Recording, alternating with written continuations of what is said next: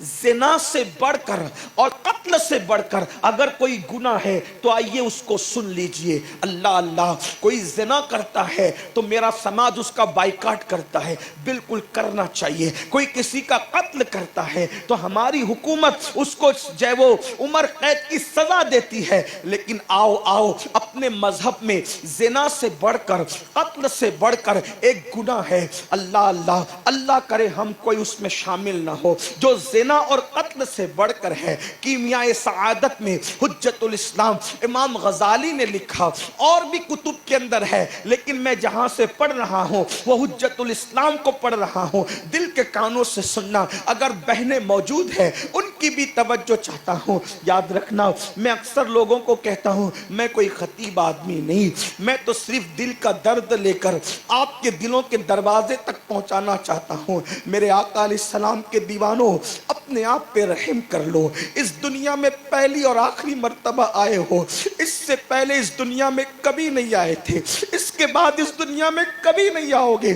اللہ نے پہلی اور آخری مرتبہ چانس دیا ہے، اور دنیا میں کیوں بھیجا؟ کھیتیاں کرنے نہیں بھیجا، پاپ کرنے نہیں بھیجا، دنیا میں ڈوبنے نہیں بھیجا، آوارگی کرنے نہیں بھیجا، عیاشی کرنے نہیں بھیجا. قرآن کہتا ہے الذی خلق الموت والحیات لیبلوکم ایکم احسن عملا.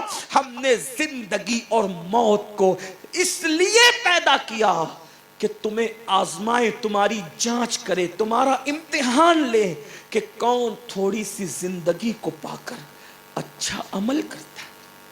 اچھے عمل کے لیے آئے، نشہ کرنے نہیں آئے. اچھے عمل کے لیے آئے، عورتوں پہ پاپ کی نظر ڈالنے نہیں آئے. اچھے عمل کے لیے آئے، پیٹ بھر کھا کے نیند بھر سونے نہیں آئے. قتل اور زنا سے بڑا گناہ کون سا ہے؟ اللہ کرے آپ میں سے کوئی اس میں نہ ہو، لیکن آئیے دیکھتے کیا ہے. حدیث پڑھتے، ایک عورت حضرت کلیم اللہ موسیٰ علیہ السلام کے پاس آئی اور حضرت موسیٰ سے کہا اللہ کے کلیم، اللہ کے کلیم، مجھ سے بہت بڑا گناہ ہو گیا، مجھ سے بڑا پاپ ہو گیا، اور اب میں توبہ کرنا چاہتی ہوں، کیا میری توبہ قبول ہے؟ تو حضرت موسیٰ نے کہا کیا گناہ ہوا اللہ کی بندی، کیا گناہ ہوا؟ تو اس نے کہا اللہ کے کلیم، مجھے بتاتے ہوئے شرم آتی ہے، میں آپ سے کیا بتاؤں؟ آپ نے فرمایا بتا تو، تاکہ مجھے پتا چلے کہ تو نے کیا کیا ہے، تاکہ میں تجھے امید بندھاؤں، میں تجھے امید دلاؤں، تاکہ تیری توبہ کی قبولیت کی تجھے بشارت سناؤں. اس عورت نے کہا اے اللہ کے کلیم، میں نے زنا کیا، کسی کے ساتھ منہ کالا کیا. حضرت موسیٰ لرز گئے، کیونکہ جو جتنا اللہ کا محبوب ہوتا ہے وہ اتنا اللہ سے ڈرتا ہے، جو جتنا اللہ کا مقرب ہوتا ہے وہ اللہ سے اتنا ڈرتا ہے. حضرت موسیٰ لرز گئے. پھر اس نے کہا اللہ کے کلیم، صرف بدکاری زنا نہیں کیا، اس سے بچہ پیدا ہوا، تو سوچا کہ بچہ کو کہاں لے جاؤں گی، تو وہ بچے کو لے جاؤں گی تو لوگ مجھے دیکھیں گے اور میں بدنام ہو جاؤں گی، تو میں نے بچے کو ذبح کر دیا، قتل کر دیا. میرے آقا علیہ السلام فرماتے ہیں جو کسی بے گناہ کو قتل کرے گا وہ جنت کی خوشبو سے بھی محروم رہے گا، اس پر جنت کی خوشبو بھی حرام ہے. یہاں ایک بات عرض کروں، ہو سکتا ہے کوئی سوچ رہا ہو ارے مولانا آج کل کون کس کو قتل کرتا ہے. میں کہتا ہوں آپ اپنے بچوں کے قاتل بھی تو ہو سکتے ہیں نا. آج ماں کے پیٹ میں بچوں کو گرایا جا رہا ہے، بچوں کو کاٹا جا رہا ہے. بیٹے رہتے ہیں تو بچا لیا جاتا ہے، بیٹیاں رہتی ہیں تو کاٹ دیا جاتا ہے. 3 کے بعد چوتھا آئے تو کاٹ دیا جاتا ہے.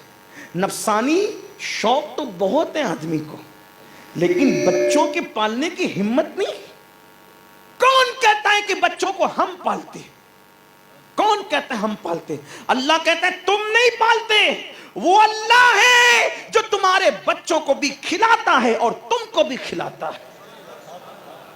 اگر بچوں کو ہم کھلاتے ہیں، پیدا ہونے کے بعد ہم کھلاتے ہیں، ماں کے پیٹ میں کون کھلاتا؟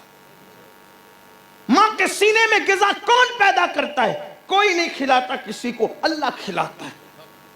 اس لیے بچوں کو قتل نہ کرو، دوسروں کے دیکھا دیکھی بے حیا بے غیرت نہ بنو. اور رہی بات بیٹی کی، کہتے بیٹی پیدا ہوگی کیسے پڑھائیں گے, کیسے پالیں گے, کیسے جہیز تیار کریں گے, کیسے شادی کریں گے. میں نے کہا جہیز کی تو میں تائید نہیں کرتا, ظالم معاشرہ ہے, لیکن آپ سے کہتا ہوں بیٹی اور بیٹے کی پیدائش کا فرق سن لو. ہمارے بزرگوں نے کہا جب بیٹا پیدا ہوتا ہے تو مشیت کہتی ہے جا تاکہ تو تیرے باپ کی مدد کر, اور جب بیٹی پیدا ہوتی ہے تو مشیت کہتی ہے جا تاکہ میں خود تیرے باپ کی مدد کروں. بیٹا باپ کا مددگار بن کر آتا ہے, لیکن بیٹا غدار ہو جائے تو مدد نہیں کرتا, لیکن جب بیٹی پیدا ہوتی ہے تو خدا کی مدد خود اترتی ہے, اور خدا کی مدد کبھی غداری نہیں کر سکتے. ان اللہ لا یخلف المیعاد. اور سنو, بیٹی کا باپ ہونا عیب نہیں ہے بلکہ مصطفیٰ جان رحمت کی سنت ہے.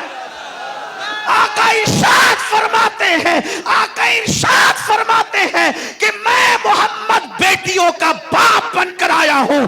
اللہ کی عزت کی قسم, کسی کے ہزاروں بیٹے ایک پلے میں رکھے جائیں اور رسول اللہ کی شہزادی سیدہ فاطمہ ایک پلے میں ہو تو کسی کے ہزاروں بیٹے نبی کی ایک شہزادی کا مقابلہ نہیں کر سکتے.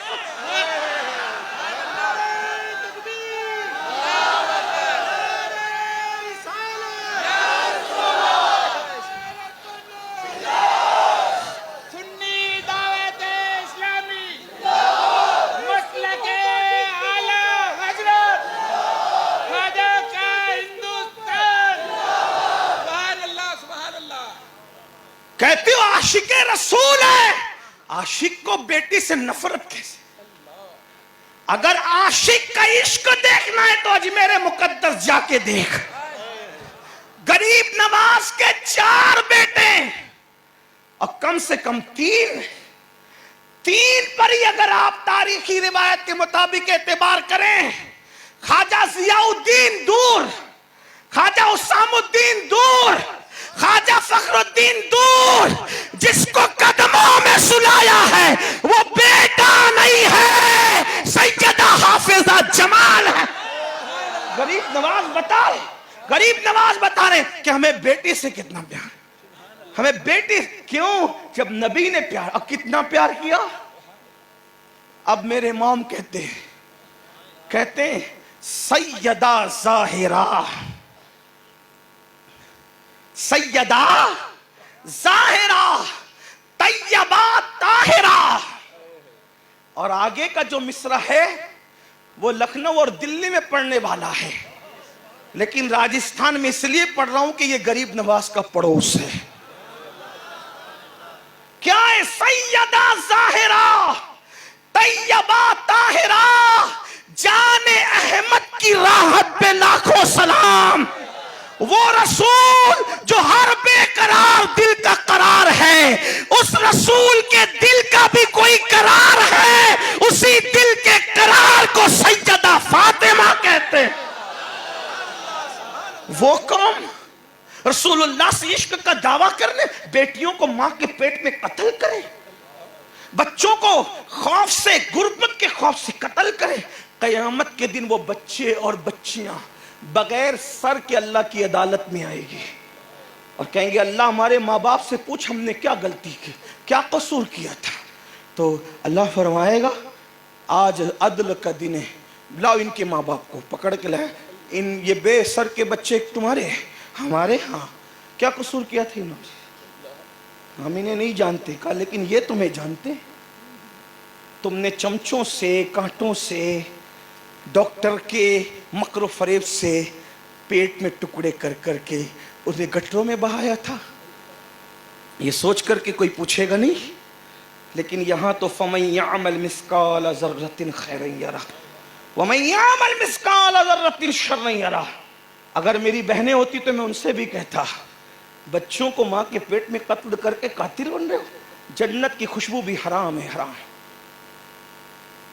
بچوں کو قتل نہ کرو. لوگوں کو گاڑیوں پہ لکھنے کا شوق ہے بیٹی بچاؤ بیٹی پڑھاؤ, یہ مکر ہے, مکر مکاری ہے. رسول اللہ نے 1450 سال پہلے بیٹیاں بچا کر بھی دی، بیٹیاں پڑھا کر بھی دی۔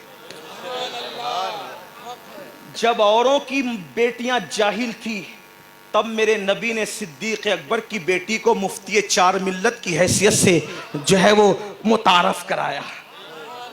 ہاں، جہاں مرد چپ ہو جاتے تھے وہاں صدیق کی شہزادی صدیقہ بولتی تھی، جس کے بستر پہ قرآن نازل ہوتا۔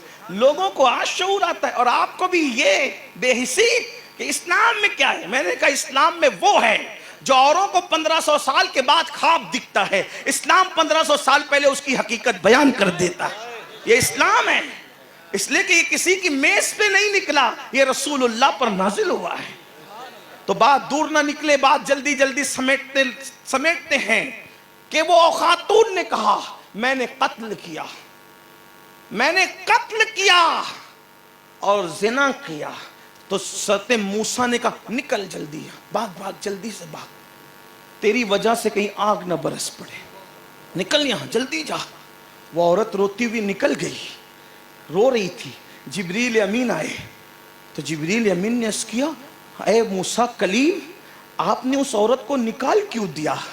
کہا موسیٰ علیہ السلام کہتے ہیں جبریل کیا بڑا گناہ کر کے آئی، زنا اور قتل، زنا اور قتل، زنا اور قتل، اس کا حال کیا ہوگا؟